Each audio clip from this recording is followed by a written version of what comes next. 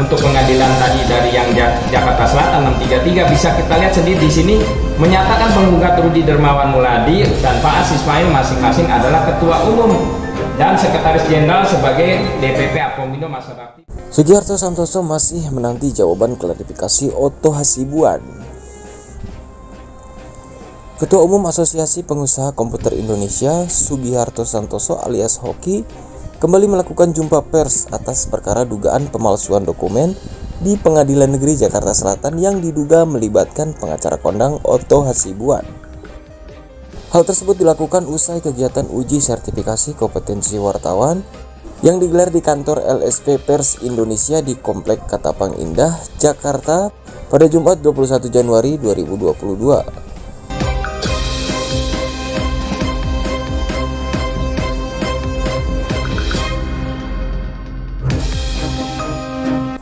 Hoki mengungkapkan bahwa dirinya masih penasaran atas dugaan pemalsuan dokumen yang melibatkan Otto Hasibuan tersebut, apakah benar turut terlibat atau justru memang menjadi korban.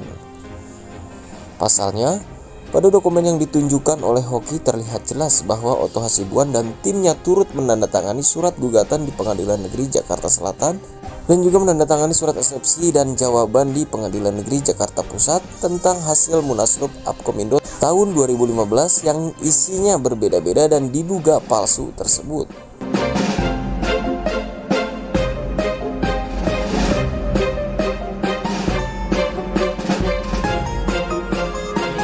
Jumat tanggal 21 Januari saya berada di kantor pusat LSP Pers Indonesia di Komplek Ketapang Indah, bahwa baru saja kami melakukan munas untuk sertifikasi kompetensi wartawan. Bahwa benar saya sudah mengirimkan surat ya 2 kali ke kantor Pak Otto Hasibuan, tapi belum mendapatkan respon tentang klarifikasi. Pertanyaan intinya adalah apakah Bang Otto Hasibuan dan timnya itu ikut terlibat dalam dugaan pemalsuan dokumen di Pengadilan Jakarta Selatan, atau justru Bang Otto dan timnya itu juga korban, artinya dari dugaan pemalsuan dokumen di Pengadilan Jakarta Selatan.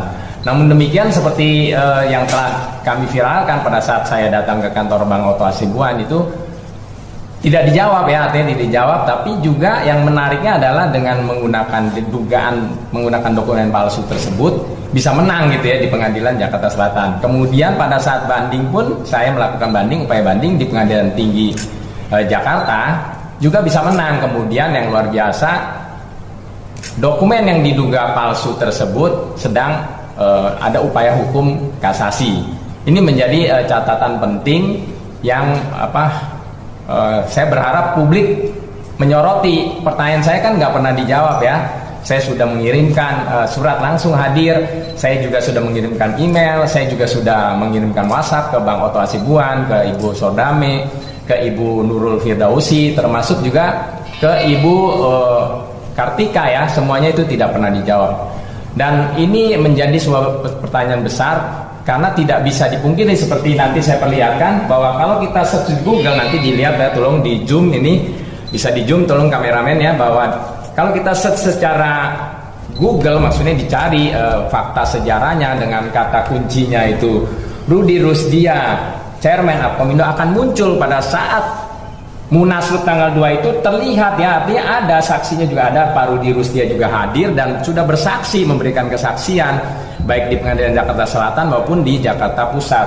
Yang terpilih itu jelas namanya ada ya, ketua umumnya itu Rudi Rusdia, sekjennya itu Rudi Demuladi, dan bendahara itu Suharto Juwono. Namun demikian, pada saat dibuat akta, kita bisa melihat sini aktanya itu di bukti di pengadilan itu bukti T9 atau 76, akta nomor 55, nama-namanya sudah berubah, khususnya yang berubah adalah Kunarto Mintarno sebagai bendahara. Padahal kan kita lihat bukti jejak digitalnya itu Suharto.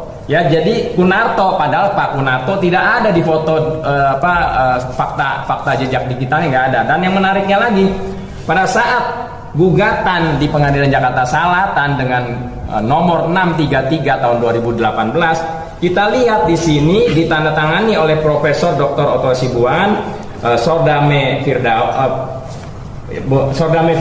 Purba, kemudian juga Nurul Firdausi di gugatan 633 kita bisa lihat bahwa dinyatakan sama-sama tanggal 2 Februari 2015 itu yang terpilih bisa berubah total ya, nama ketua umumnya Rudi Demuladi, sekjennya Faas, dan bendaharanya Adnan. Padahal kita bisa lihat di sini Adnan itu tidak hadir, Faas juga tidak hadir. Jadi luar biasa sekali, ini kan sebuah bukti fakta nyata. Dan yang menariknya lagi, nanti saya perlihatkan juga, sama kan pada saat kasasi mau tidak mau dia menuliskan bahwa tanggal 2 Februari 2015 itu terpilihnya Rudi Rusdi, yang ini masih Rudi Rusdi, ini benar ya, ini eksepsi, ini yang eksepsi di 27 Oktober, ini untuk pengadilan di Jakarta Pusat, dirubah, ganti ya. Kalau tadi kita lihat, nanti kita bandingkan antara eksepsi masih benar, masih sesuai dengan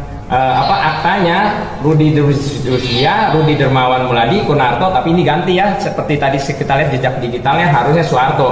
Kemudian yang paling menarik lagi disinilah pada saat kontra memori kasasi untuk pengadilan tadi dari yang Jakarta Selatan 633, bisa kita lihat sendiri di sini menyatakan penggugat Rudi Dermawan Muladi dan Faas Ismail masing-masing adalah ketua umum dan sekretaris jenderal sebagai DPP Apkomindo masa bakti 2015-2020 yang sah berdasarkan putusan Munaslup Apkomindo di Jakarta tanggal 2 Februari 2015. Jadi peristiwanya satu tanggal 2 Februari 2015, tapi secara terpilihnya ada 3 ya. Yang 2 jelas dibuat ditandatangani oleh Pak Oto Hasibuan, baik yang untuk di tanggal 2 itu ketua umumnya Rudi Dermawan Muladi dan ketua umumnya Rudi Rusdia. Ini kan sama-sama bisa kita saksikan. Jadi oleh karena itu saya bilang Pak Oto dan tim tidak ada pilihan untuk menyatakan memilih antara ini Pak Oto ikut terlibat dalam dugaan pemalsuan dokumen atau justru beliau dan timnya juga menjadi korban atas informasi yang disampaikan oleh kliennya. Perlu dicatat juga bahwa kliennya ini dan timnya ya khususnya itu sudah pernah ya melakukan laporan palsu atau memberikan keterangan palsu di Barreskrim, dan saya pernah ditahan ini saya di dalam tahanan sebagai bukti bahwa saya benar ditahan 43 hari tapi akhirnya dinyatakan tidak bersalah ya. Namun demikian juga pada saat mengajukan kasasi saya sempat berkonsultasi dengan Pak Profesor Mahfud MD, dinyatakan apabila pada saat di pengadilan Bantul itu JPU tidak bisa menyatakan dakwaannya, membuktikan dakwaannya, maka nanti pada saat kasasi pun saya akan dinyatakan bebas, tidak bersalah. Itulah yang saya dapatkan, bahwa tidak bersalah dan dibebaskan oleh kasasi. Namun perlu dicatat dan diulangi lagi, tolong nanti tetap disorot 2 ini ya, 2 tanda tangan Pak Oto Hasibuan dan timnya, 2 tanggal yang sama 2 Februari 2015, tapi terpilihnya itu berbeda. Jadi kita bisa melihat di sini sebuah 2 buah produk yang sama-sama dokumen yang ditandatangani Bang Oto Hasibuan yang sama-sama untuk pengadilan, satu di Jakarta Selatan, satu di Jakarta Pusat. Ini berbeda, tentu ini harus dijawab oleh Bang Oto Hasibuan.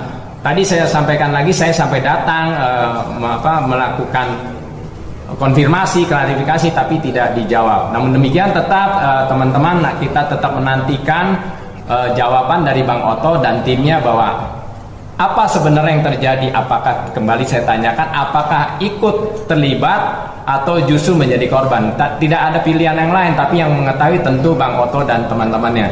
Kita nantikan jawaban dari Bang Oto Hasibuan dan timnya untuk memberikan klarifikasi, karena pasti akan saya kejar terus, termasuk kalau di search Google saat ini, kalau di search bener-bener ya, baik di YouTube maupun Google dengan kata kunci Sugiharto Santoso tantang Oto Hasibuan, itu pasti muncul dan sudah viral. Itu bukan saya menantang, arti menantang untuk mengungkap peristiwa dugaan pemalsuan dokumen untuk pengadilan Jakarta Selatan.